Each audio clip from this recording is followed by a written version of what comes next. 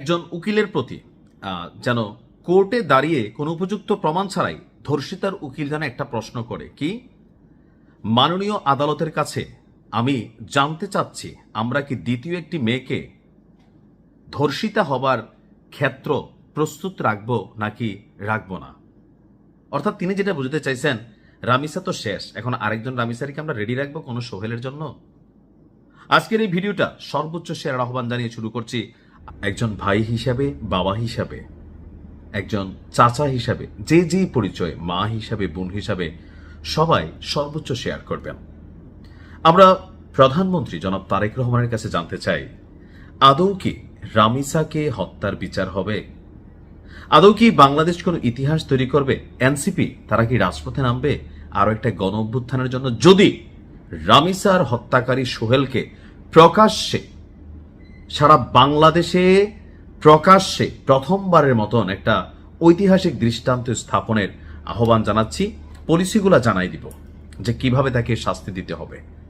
মাঝে মাঝে কি মনে হয় জানেন, যে যদি কোনো প্রধান বিচারপতির অথবা কোনো মন্ত্রী এমপির তাদের যদি কোনো বাচ্চা নাতি পত্তি যারা আছে তাদেরকে যদি এইভাবে ধর্ষণ করা হয়, তাহলে কি ওই দিনও বিচারিক প্রক্রিয়া এইভাবে চলবে, নাকি ধরেন আন্ডারগ্রাউন্ড ডম দিয়া অথবা আইন শৃঙ্খলা বাহিনী দিয়ে ক্রস ফায়ার করে মাইরা ফেলা হবে, হয়তো এটা প্রকাশিত করা হবে না। কিন্তু আমরা যারা সাধারণ মানুষ আছি, যাদের ছোট ছোট সন্তান আছে, তারা ভাবি পাশের বাসার ফ্ল্যাটে যেই থাকে এই হারামি, আসলে তার কাছে আমার মেয়েটা নিরাপদ কিনা, এই ভবনটা আমার জন্য নিরাপদ কিনা।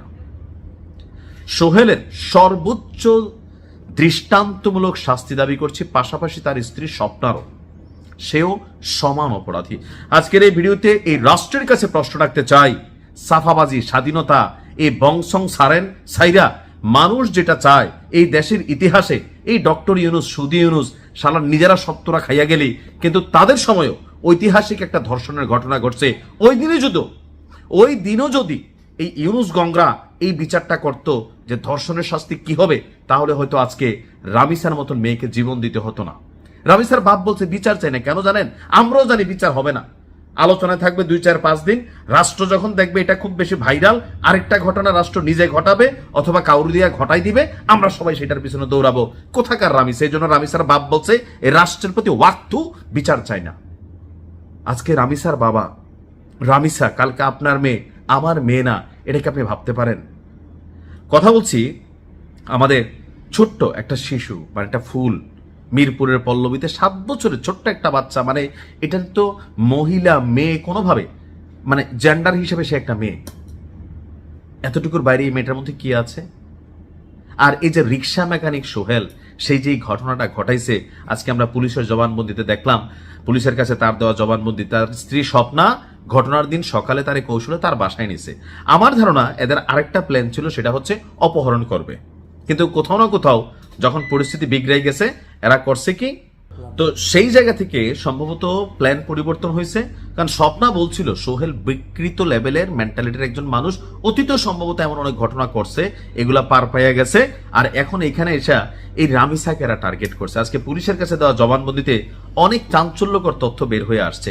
এইসব তথ্য দিয়ে কি করবো বলেন? কারণ এখানে তো কোনো কিছু হবে না। তবে আমি ওই উকিলের প্রতি পুরো বাংলাদেশের পক্ষ থেকে গজবের দোয়া চাই, যেই কালো কোটধারী উকিল এই সোহেলকে মুক্তির জন্য কাজ করবে। রাষ্ট্রের একটা নিয়ম আছে, যদি কোনো আসামির পক্ষে কোনো উকিল না দাঁড়ায়, রাষ্ট্র তার জন্য উকিল দেয়।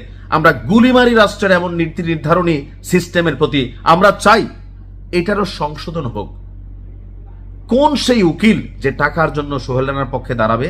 অনেক উকিল আছে, আর দিন শেষে কেউ না দাঁড়াইলে রাষ্ট্র দাঁড়া করা দিবে। রাষ্ট্রের আইন জনগণের জন্য, জনগণের আইনকে প্রত্যাখ্যান করে।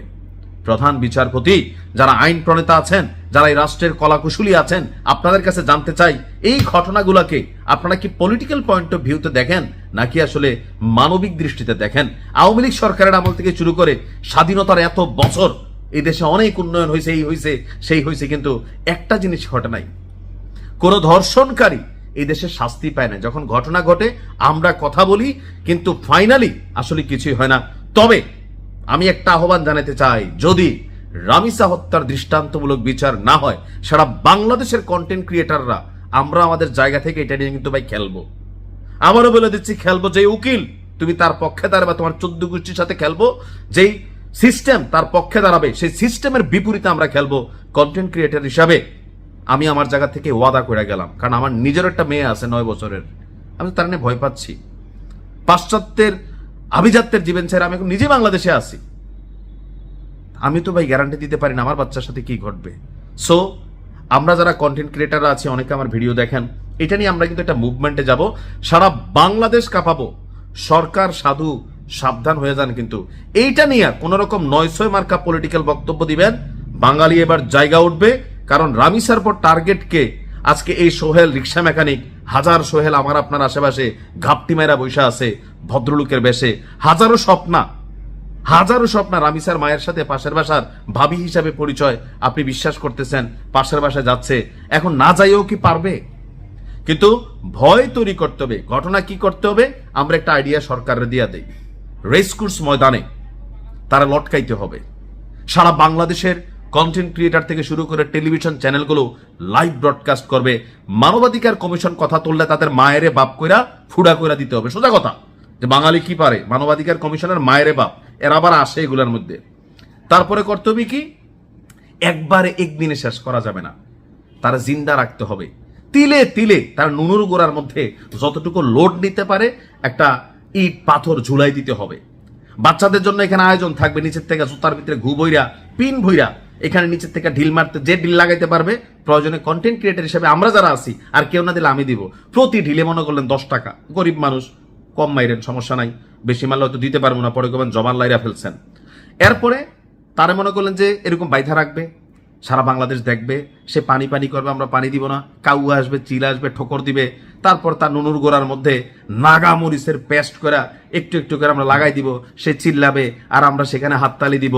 সারা বাংলাদেশে যে লুকায়িত সোহেলগুলো আছে, রিক্সা মেকানিক, আর যেই মেকানিক হোক, যেই বেশে হোক, অনেক ভদ্রলোকরা এই কাজ করে, তারা দেখবে দিনের যতক্ষণ তার দম না যায় প্রতিদিন তার নুনুর গুলোতে নাগামরিচ পেস্ট দিতে হবে। এটা যদি এই বাংলাদেশে একবার করতে পারে, এটা গুলি করবেন মরে যাব না ভাই, তার মৃত্যু এত সহজেই দেশ হইতে দিবে না। এটা ব্রডকাস্ট হইতে থাকবে, তারপর ড্রোনের মধ্যে লাগাইয়া তার কাছে মাইক পাঠানো হবে, সোহেল কেমন লাগছে, রাগ করলা? ওই দিন সোহেলের অনুভূতি কি, এটা আমার দেখার খুব ইচ্ছা। রাষ্ট্রের মধ্যে যত সোহেলরা আছে, আগামীতে বা অনেকের মনে এরকম ধান্দা আছে, পলিসি প্ল্যান, আজকে যখন আমি ভিডিওটা করছি হয়তো আরো একটা রামিসার জন্য আরেকটা প্রেক্ষাপট তৈরি হচ্ছে। কে সেই রামিসা? সেটা কি আমার মেয়ে, আপনার মেয়ে, আপনার বোন? একজন বাবা হিসাবে যখন আমি চিন্তাটা করি বা এই ঘটনাগুলো পড়ি, চোখে তো দেখি নাই, পুরোটা বডিরে পার্ট পার্ট করে ফেলছে। সো সোহেলদের মৃত্যু ফাঁসিতে অথবা গুলিতে, ক্রস ফায়ারও আমি চাই না। আমি চাই, আমি যেটা বলছি, প্রয়োজনে আরো যাদের কাছে আইডিয়া আছে, হ্যাঁ, মানে এরকম ভাবে জীবন শেষ করানোর জন্য, তো আপনারা দিতে পারেন। আমি আবার জানি না ভিডিওটা আবার কপিরাইট খায় কিনা বা ধরেন ভায়োলেন্স ক্যারেক্টার যায় কিনা, জানি না। তবে আসলে মনের যে ক্ষোভটা আছে পুরোটা এখানে আমি প্রকাশ করছি। তা আমার কাছে আমার একজন ভক্ত, তিনি লিখছিলেন যে ভাইয়া আপনি যখন এই ভিডিওটা বানাবেন